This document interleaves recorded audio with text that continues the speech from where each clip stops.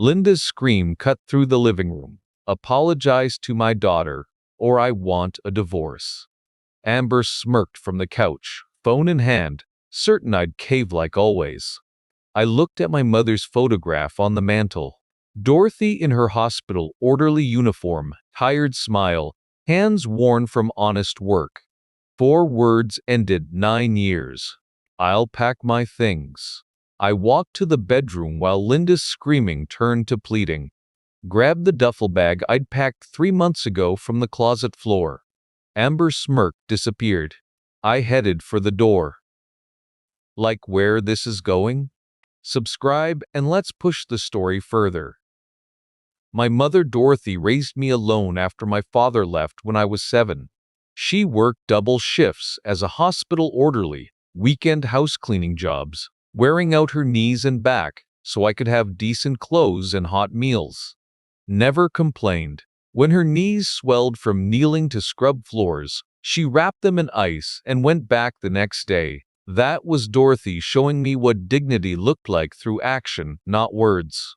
I started an HVAC apprenticeship at 18, spent the next 23 years building certifications in electrical, plumbing, industrial maintenance, advanced from apprentice to journeyman to maintenance supervisor, managing 8 technicians across 340,000 square feet of industrial facility, union protection, portable credentials.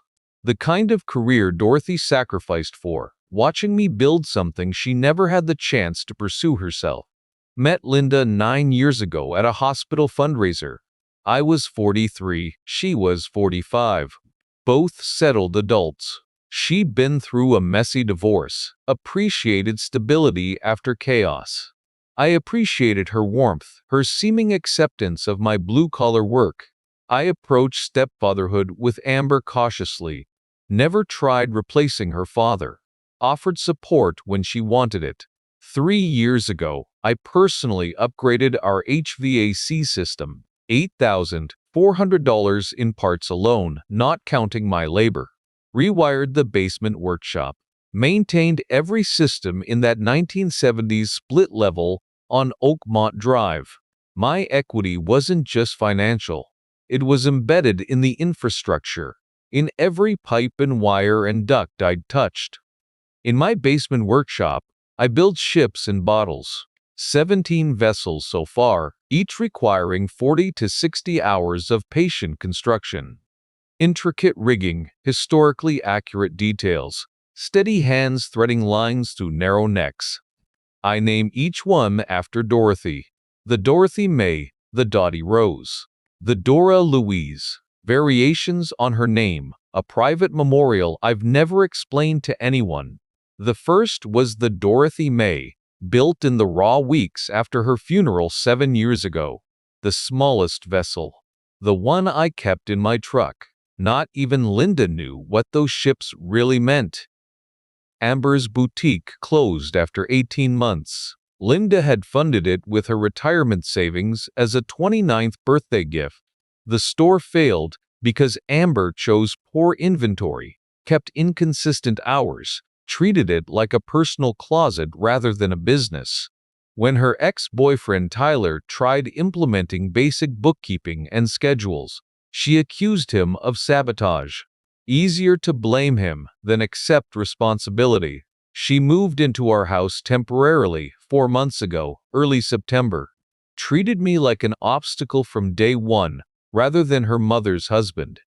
Started with digs about my worker bee mentality, while she sprawled on our couch watching Real Housewives and planning her next venture. A lifestyle blog, she said, bouncing back from setbacks with grace and style. Comments about my grease-stained hands at dinner. Eye-rolling when I spoke. Then, one October evening, must be nice, fixing broken things for people who actually matter. Linda made excuses. Amber was stressed. Amber needed support. Amber was healing from her business failure. Financial exploitation followed the same pattern. Amber expected me to fund her car insurance.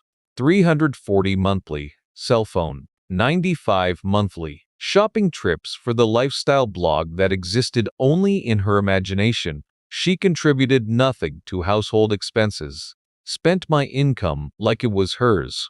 Each time I raised concerns, Linda had the same answer: she just needs time. I was understanding. For 4 months, I bit my tongue while Amber dismissed my work, my value, my presence in my own home. Watched Linda choose her daughter's comfort over basic respect for her husband. Labor Day weekend, Amber called me Linda's charity case within my earshot.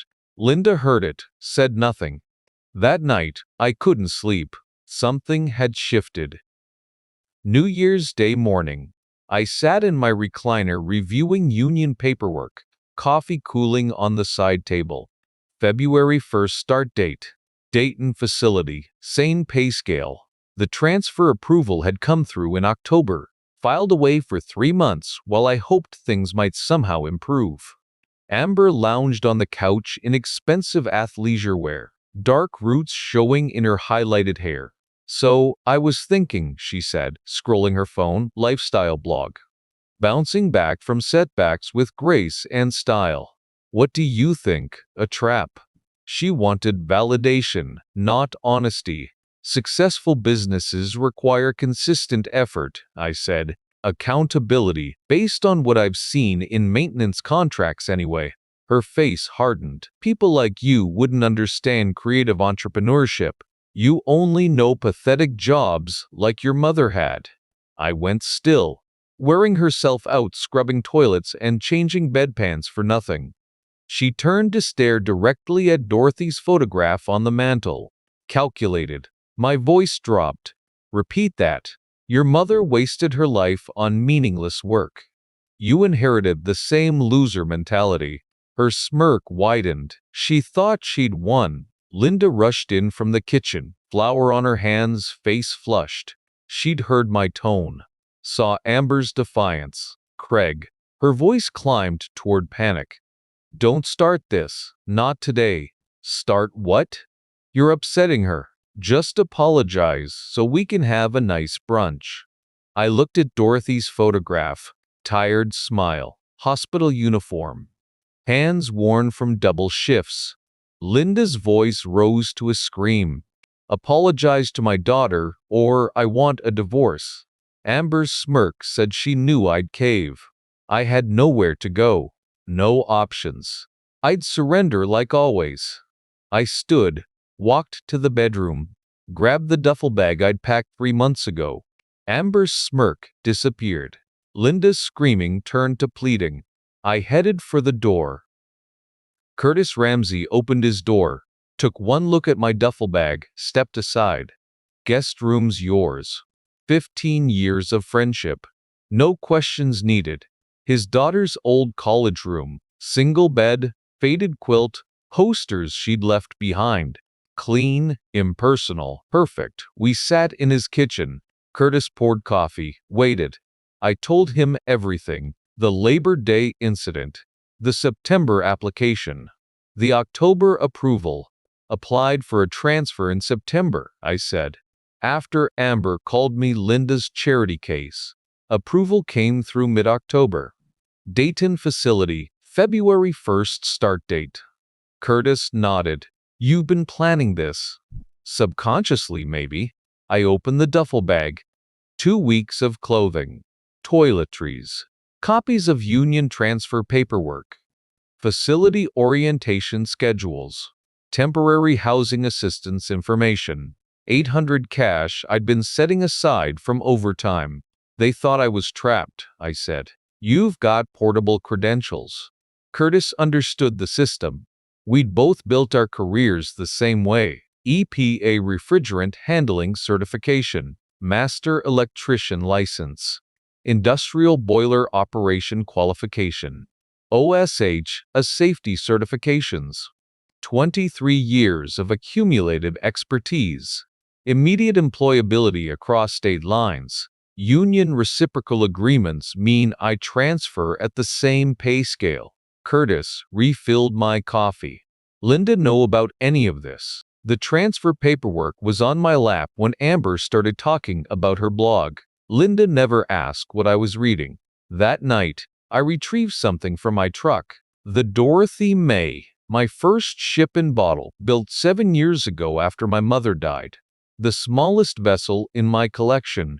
I placed it on the guest room dresser. 40 hours of patient work. Historically accurate rigging. Steady hands threading lines through a narrow neck. A miniature memorial to working-class sacrifice, worth more than any boutique or lifestyle blog. Amber had dismissed everything this represented: craftsmanship, research, dedication, the values Dorothy showed me I'd chosen right. January 2nd, 17 missed calls from Linda. 4 texts begging me to come home and talk. 0 communication from Amber. I responded once via text. I meant what I said. The house is yours. I'll arrange pickup for my workshop equipment next weekend. A January 3rd evening, Linda appeared in Curtis's driveway. She'd gotten his address from my union contact list. I was fixing Curtis's snowblower. Grease on my hands, work light illuminating the machine. "Craig, please," her voice cracked. "We can fix this. Just come home. Apologize. Give Amber time to mature." I wiped my hands, led her to the porch. Cold enough our breath showed. "When a system's broken past repair," I said, "you don't keep patching it, you replace it." Our marriage broke in September when you chose Amber's comfort over basic respect. I'm not angry. I'm done. We can go to therapy. Therapy requires both people acknowledging the problem. I'll set boundaries with Amber. You've had 4 months to set boundaries. She can move out. I'll choose you over her. Just come home. Panic responses. Not genuine change. She'd never once acknowledged that insulting Dorothy was unforgivable. I pulled the union transfer paperwork from my jacket, handed it to her. She read the date, October 15th, her face drained of color. 3 months, she whispered. You've been planning this for 3 months. I've been prepared for 3 months. There's a difference. You're not trapped. You're not. She looked up. I thought you needed me. I needed a partner who respected me. You needed someone to fund Amber's lifestyle while absorbing her contempt. I never meant. You meant exactly what you said. Apologize or divorce. I chose divorce. You freed me. She stood there, winter wind cutting through her coat, staring at paperwork that proved she'd misunderstood who she married. I'd never been the charity case Amber claimed. I'd been the foundation holding their comfortable arrangement together. Now they'd learn what collapse felt like. January 8th, Linda called. I can't afford the house. Her voice sounded hollow. Without your income, the numbers don't work. $4,100 monthly from my maintenance supervisor position, gone. Her medical administration salary was $3,200. Mortgage, utilities, property taxes totaled $2,400. Plus Amber's expenses, $340 car insurance, $95 cell phone, shopping trips, entertainment. The math had always been unsustainable. I'd just been the one making it work. I told Amber she needs to find a job, Linda said. She needs to contribute or move out. How'd that go? Silence. Then, she said I never really supported her dreams. That if I force her to settle for some retail job, she'll cut contact. The entitlement that destroyed my marriage had turned on Linda herself. Predictable. My sister Karen called, Linda continued. She heard the whole story. The Dorothy insult, everything. What'd she say? That I chose wrong. Destroyed a good marriage. She won't help financially. Says I made my bed.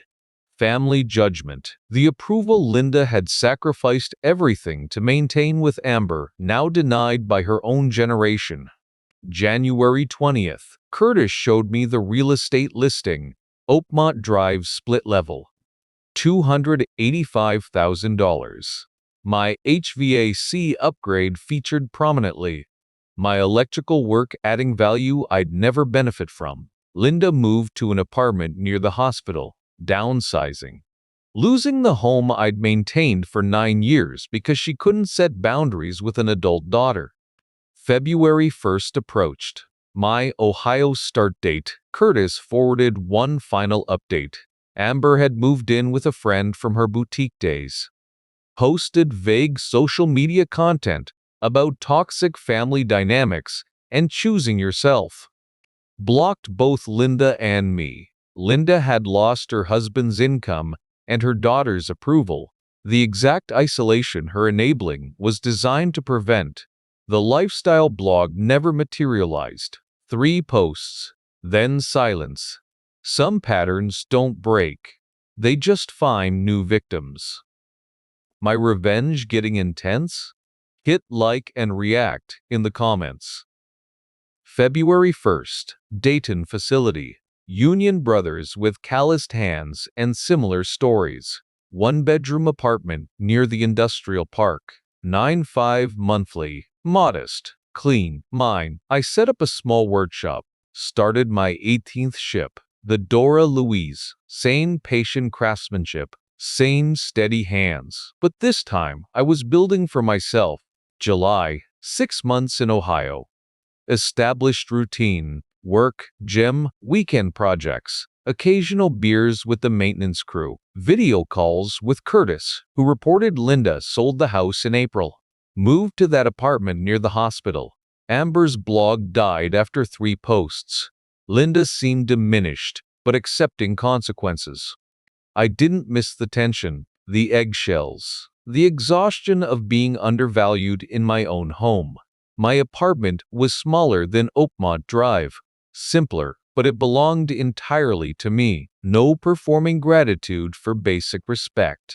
No surrendering dignity for domestic peace. I slept better than I had in 4 months. Dorothy's birthday would have been today. 78 years old. I placed the finished Dora Louise on the shelf beside the Dorothy May. 2 ships, 2 memorials. Patient work honoring her sacrifice. She taught me that dignity isn't what you have. It's what you won't sell. She wouldn't sell her self-respect for comfort. Worked herself to exhaustion rather than compromise her values. Raised me to understand that some things matter more than security or approval. I'd finally learned the lesson. Made myself worthy of her sacrifice. 4 words had ended my marriage. I'll pack my things. Not revenge, self-respect. Sometimes the strongest thing you can do is walk away with your integrity intact.